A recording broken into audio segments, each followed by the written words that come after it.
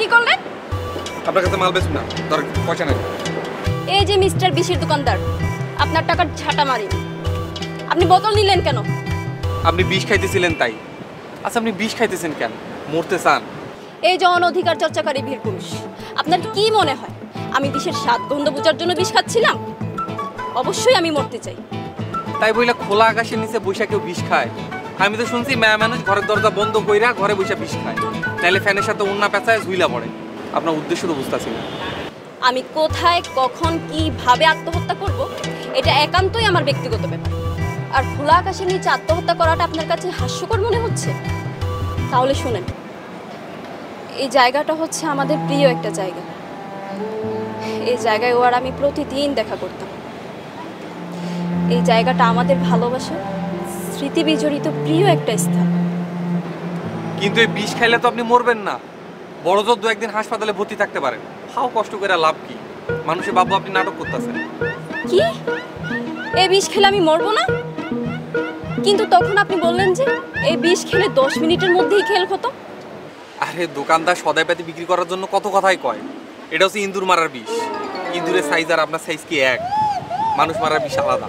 ওইটা কি আছে আপনার দোকানে? হ আছে তো, তাই দাম একটু বেশি। ব্যাপার না, চলেন।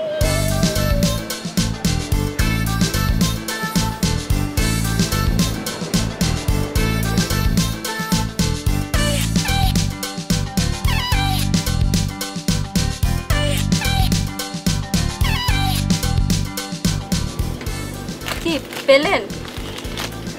না, খুব রেয়ার আইটেম তো, খুঁজে পাওয়া যাচ্ছে না। দেখেন, একটু ভালো করে দেখেন।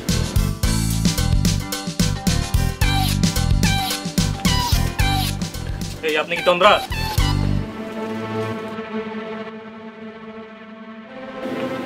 জি, কি ব্যাপার? আপনাকে আমাদের সাথে থানায় যেতে হবে। কেন? আমি কি করেছি?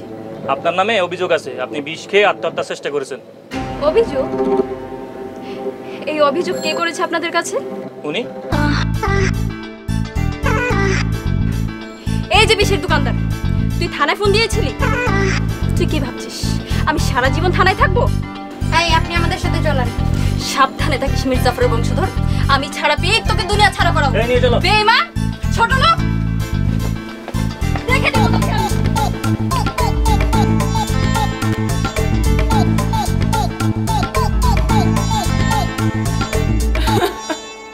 আমার মেয়েটা কোথায় গেল? বাবা আমার মেয়েটা কোথায় গেল? আল্লাহ আমার মেয়েটা কোথায় গেল?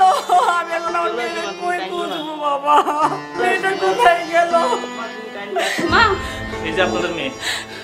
মা তুই কোথায় গিয়েছিলি? তোর চিন্তায় তো আমি মরে যাচ্ছিলাম। আই এম সরি মা, আই এম সরি, তুমি আমাকে মাফ করে দাও। আল্লাহ তোমার কাছে হাজার হাজার শুকরিয়া। মা তুই কথা দে, আর কখনো আমাদের ছেড়ে দেওয়ার চিন্তাও করবি না। মা তুই কথা দে। মা আমি কথা দিচ্ছি, আমি আর তোমাদেরকে ছেড়ে কোথাও যাব না। আমরা আসি। আপনাদেরকে অনেক ধন্যবাদ। আরে না না, ধন্যবাদ আমাদেরকে দেওয়ার দরকার নেই। ধন্যবাদ তো ওই দোকানদারকে দিন, উনি থানায় ফোন করে আমাকে সব জানিয়েছেন, তাই তো মেয়েকে ফিরে পেলেন। আল্লাহ তোমার দরবারে হাজার হাজার শুকরিয়া। নিজের মেয়ের যত্ন নিবেন, মেয়ের ইচ্ছা অনিচ্ছা সবকিছু শুনবেন, মেয়েকে সময় দিবেন। আমরা এখন আসি।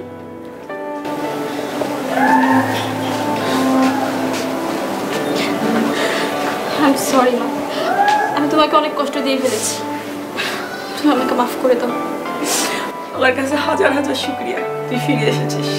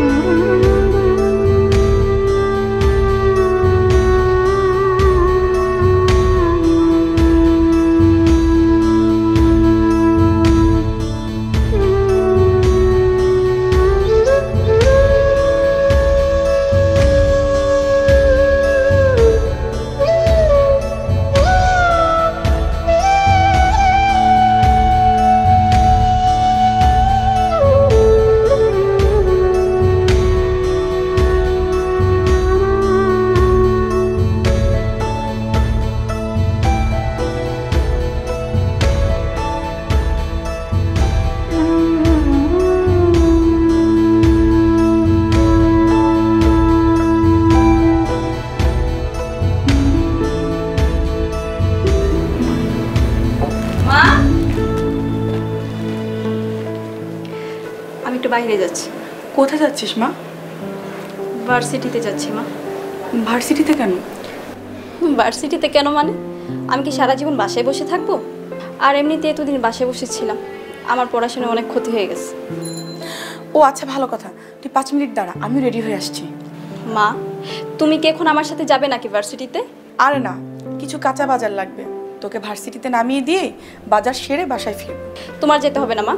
তোমার যদি সত্যি বাজার লাগে, ভার্সিটি থেকে ফেরার পথে আমি নিয়ে আসবো। দেখ মা, তোদের বাবা নেই, সব কিছু আমাকেই সামাল দিতে হয়। তোর বিয়ে হয়ে গেলে আমি বড় একা হয়ে যাব। তোরাই তো আমার সব, তোরাই আমার ভরসা। আর কে আছে বল আমার?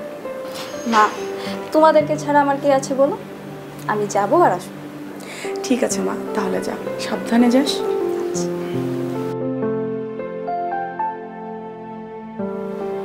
তপু, এই তপু, তপু, কি হচ্ছে মা? তুই তন্দ্রার পিছনে পিছনে যা, খবরদার ও যেন তোকে দেখে না। আর শোন, কোনো সমস্যা দেখলে আমাকে ফোন দিবি, ঠিক আছে। ঠিক আছে? যা।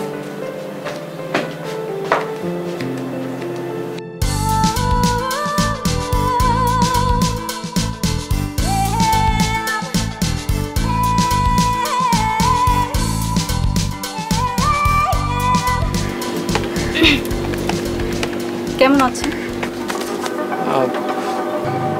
জি ভালো আছি। কিছু লাগবে ম্যাডাম? না না, আমার কিছু লাগবে না। আচ্ছা। আপনাকে কিছু কথা বলতে চাই। আমাকে?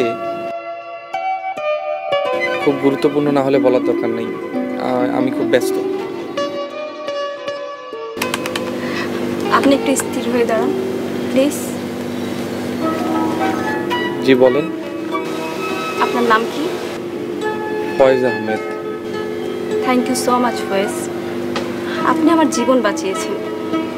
আবেগের বশে আমি অন্ধ হয়ে গিয়েছিলাম। এখন বুঝতে পারছি আমি কত বড় একটা ভুল করতে যাচ্ছিলাম। ধন্যবাদ বুঝতে পারার জন্য। আসি। এত কিছু হয়ে গেল, আপনার নামটাই তো জানা হলো না। আমার নাম তন্দ্রা।